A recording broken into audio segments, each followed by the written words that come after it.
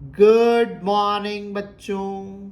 इस वीडियो में हम डिस्कस करेंगे कि वेक्टर क्वांटिटीज को कैसे रिप्रेजेंट किया जाता है। ओके, तो देखो बच्चों, कभी भी यदि आपको किसी भी लेटर के ऊपर एक ऐसा एरो मिला, ओके, ये एरो हमेशा लेफ्ट से राइट की तरफ जाएगा। कभी भी आपको यदि किसी लेटर के ऊपर एक एरो मिला जो लेफ्ट से राइट की तरफ जाएगा, तब ये रिप्रेजेंट करता है कि ये आपकी बच्चों वेक्टर क्वांटिटी है। कौन सी क्वांटिटी है? वेक्टर क्वांटिटी है। तो इसको हम पढ़ेंगे कैसे मन में ना, read as not right, read as, इसको पढ़ा जाता है वेक्टर एफ। ओके, इसको पढ़ा जाता है वेक्टर एफ। अब मैं बोलूंगा वेक्टर एफ, तो स्टार्टिंग में ऐसा हो सकता है, घबराना मत, आप ऐसा लिख दो वेक्टर एफ। तो इसको लिखना ऐसा नहीं है, रीड एज वेक्टर एफ है, बट राइट एज ऐसा, आपको लिखना ऐसा है। ओके, एक बार और, जैसे मैंने बोला वेक्टर वी, मैंने क्या बोला? वेक्टर वी, आप लिखोगे ऐसा। जिस क्वांटिटी के आपको ऊपर एक एरो मिले वो कौन सी क्वांटिटी है? वेक्टर क्वांटिटी है। इसको पढ़ते हैं वेक्टर वी और लिखते हैं ऐसा, नॉट लाइक दिस। स्टार्टिंग में गलती हो सकती है, घबराना नहीं है। ओके, एक और एग्जांपल, वेक्टर ए, इसको पढ़ेंगे कैसे? वेक्टर ए कैसे नहीं लिखेंगे? तो ऐसे नहीं लिखेंगे। तो ये पहला तरीका था किसी भी वेक्टर क्वांटिटी को रिप्रेजेंट करने का। ठीक है, आप एनसीईआरटी उठा के देख सकते हो। यदि आपको किसी भी क्वांटिटी के ऊपर एक एरो लगा हुआ मिला तो आप तुरंत समझ जाना वो क्वांटिटी कौन सी क्वांटिटी है, वेक्टर क्वांटिटी है। इसलिए आपको वेलोसिटी के v के ऊपर, फोर्स के f के ऊपर, एक्सेलरेशन के a के ऊपर, ठीक है, मोमेंटम के p के ऊपर, या तो आपको एक एरो का साइन मिलेगा। वो पहला तरीका था। दूसरा तरीका है बोल्ड कर दो। यदि कोई लेटर आपको बोल्ड लैंग्वेज में दिखे, बोल्ड फॉर्म में दिखे, तो भी समझ जाना है वो कौन सी क्वांटिटी है बच्चों, वेक्टर क्वांटिटी है। ओके, यह बोल्ड में दिखे, तुरंत समझ जाना है ये वी कौन सी क्वांटिटी है, वेक्टर क्वांटिटी है। ठीक है, ए, तुरंत समझ जाना है कौन सी क्वांटिटी है, वेक्टर क्वांटिटी है। तो आप वेक्टर एफ ऐसे रिप्रेजेंट करो, एफ से रिप्रेजेंट करो, दोनों सही है। वेक्टर वी को ऐसे करो, दोनों सही है। वेक्टर ए को ऐसे करो या ऐसे करो, दोनों सही है। बट हम इसको ऐसे करेंगे क्योंकि भाई ये दिख ही रहा है, इसमें ज़्यादा मेहनत करनी पड़ेगी, कॉपी खराब हो जाएगी। कॉपी को भाई अच्छा रखना है, सुंदर रखना है। ठीक है, ओके। सेकेंड चीज, जब न्यूमेरिकल्स बनाते हैं या चीज़ें डिराइव करते हैं तो वेक्टर क्वांटिटीज को हम एक एरो से रिप्रेजेंट करते हैं। जैसे मान लो मेरे को बनाना है 5 Newton east, just for an example मेरे को बनाना है 5 न्यूटन ईस्ट। ओके, मैं बोल रहा हूं एक पार्टिकल है जिसमें 5 न्यूटन लग रहा है। अब उसको मेरे को डायग्रामेटिकली दिखाना है, तो हम लोग हमेशा एक एरो का मदद लेंगे। किसका मदद लेंगे बच्चों? एक एरो का मदद लेंगे, एरो। ठीक, पहले इस एरो की बात करते हैं, उसके बाद मैं कुछ एग्जांपल से इसको डिस्कस करूंगा, आपको एक बार में समझ आ जाएगा। न्यूमेरिकल्स बनाते समय वेक्टर क्वांटिटीज को एक एरो से क्या किया जाता है? रिप्रेजेंट किया जाता है। इस एरो की बच्चों 2 कैरेक्टरिस्टिक होती है। इस एरो की 2 कैरेक्टरिस्टिक होती है। नंबर 1, इसकी लेंथ। ठीक है, इसको बनाने का एक नियम है, वो नियम ही मैं डिस्कस करने जा रहा हूं। बहुत सिंपल इंट्रोडक्टरी पॉइंट है। ओके, तो लेंथ इज, या मैं अच्छे से बोलूं तो length of vector arrow is proportional to magnitude of quantity. Magnitude of quantity.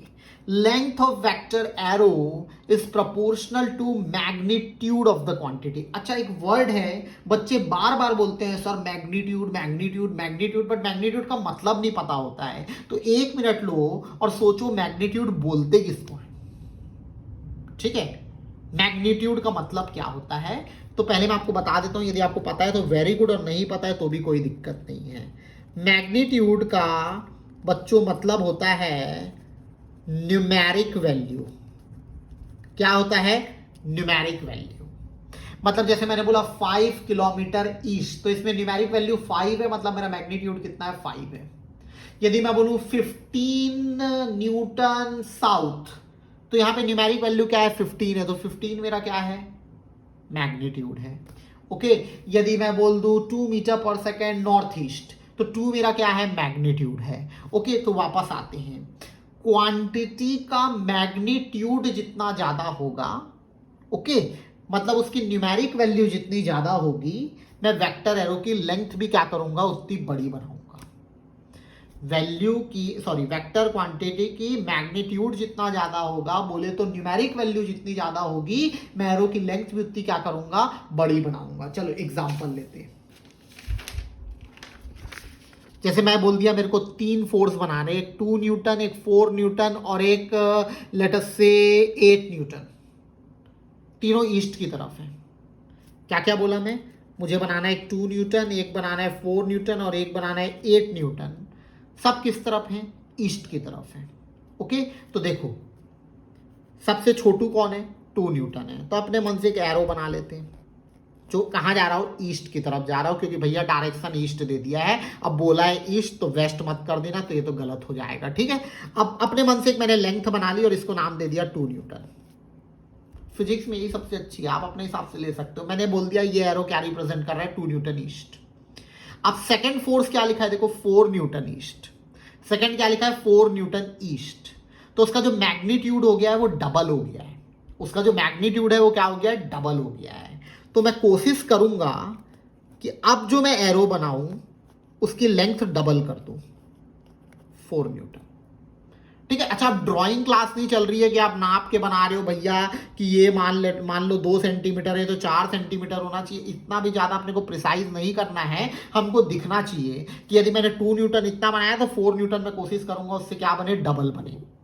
ठीक है, सिमिलरली अब मेरे को यदि 8 न्यूटन ईस्ट बनाना है तो मैं कोशिश करूंगा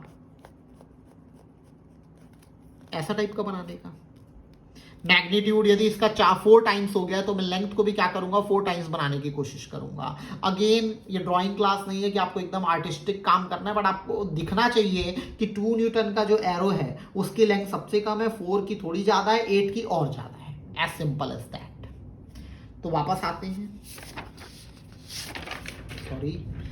आते हैं, तो लेंथ के बारे में तो डिस्कस कर लिए। Length of vector arrow is proportional to magnitude of quantity. Second इसका हेड, इसको हेड बोलते हैं। Head is in same direction as that of vector quantity.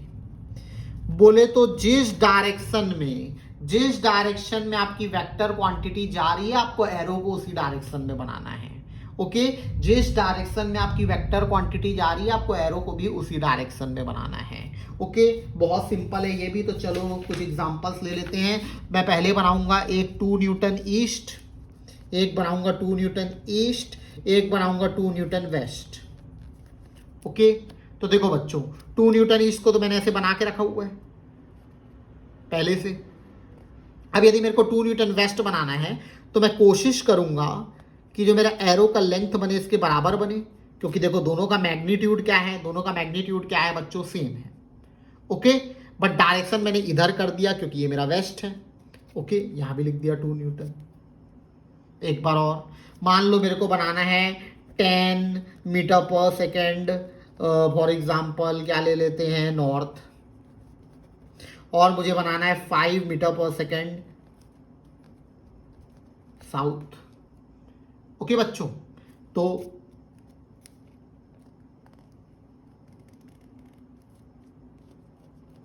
मैं अपने मन से इस लेंथ को 10 मान रहा हूं। ओके, और नॉर्थ मतलब इधर बना रहा हूं। तो एनीवेज 10 मीटर पर सेकेंड। ठीक है, अच्छा सेकंड मैंने क्या बोला है 5 मीटर पर सेकेंड साउथ, तो नॉर्थ का इधर आ जाएगा साउथ। अब देखो इसका मैग्नीट्यूड इसके कंपैरेटिवली आधा हो गया है, तो मैं कोशिश करूंगा लेंथ को मैं क्या कर दूं आधा कर दूं, तो 5 मीटर पर सेकेंड साउथ हो गया। तो बहुत सिंपल है। जब भी हम न्यूमेरिकल बनाएंगे हम वेक्टर क्वांटिटीज को वहां पे किससे दिखाएंगे, एरो से दिखाएंगे। एरो की जो लेंथ होती है वेक्टर के न्यूमेरिक वैल्यू और मैग्नीट्यूड के प्रोपोर्शनल होती है, और उसका जो हेड होता है ओके वो वेक्टर क्वांटिटी के डायरेक्शन के पैरेलल होता है। मतलब जहां वेक्टर क्वांटिटी जाएगी वहीं आपका कौन जाएगा, एरो जाएगा। ठीक है, और इसको तो हम लोग लाखों बार करेंगे, एक ही बार पढ़ोगे तो कभी नहीं भूलोगे। फिर जब हम लोग लिखते हैं ओके तो वेक्टर एफ जैसे मैंने बोला, तो प्लीज ऐसा मत लिखना, स्टार्टिंग में गलती हो सकती है, कोई दिक्कत नहीं है। एक्चुअल में तरीका ये है, ये राइट एज है, ये रीड एज है। ओके, बोल्ड भी आपको मिलेगा, एनसीईआरटी में बोल्ड मिलेगा, बट मैं बोल्ड नहीं करूंगा। ओके, तो मिलते हैं बच्चों नेक्स्ट वीडियो में, जहां से हम लोग एक्चुअल वेक्टर्स पढ़ना चालू करेंगे। जैसा कि मैंने आपको बताया था कि ट्रायंगल लॉ किसको बोलते हैं, पैरेललोग्राम किसको बोलते हैं, सब हम लोग अब नेक्स्ट वीडियो में डिस्कस करेंगे। तो गुड डे।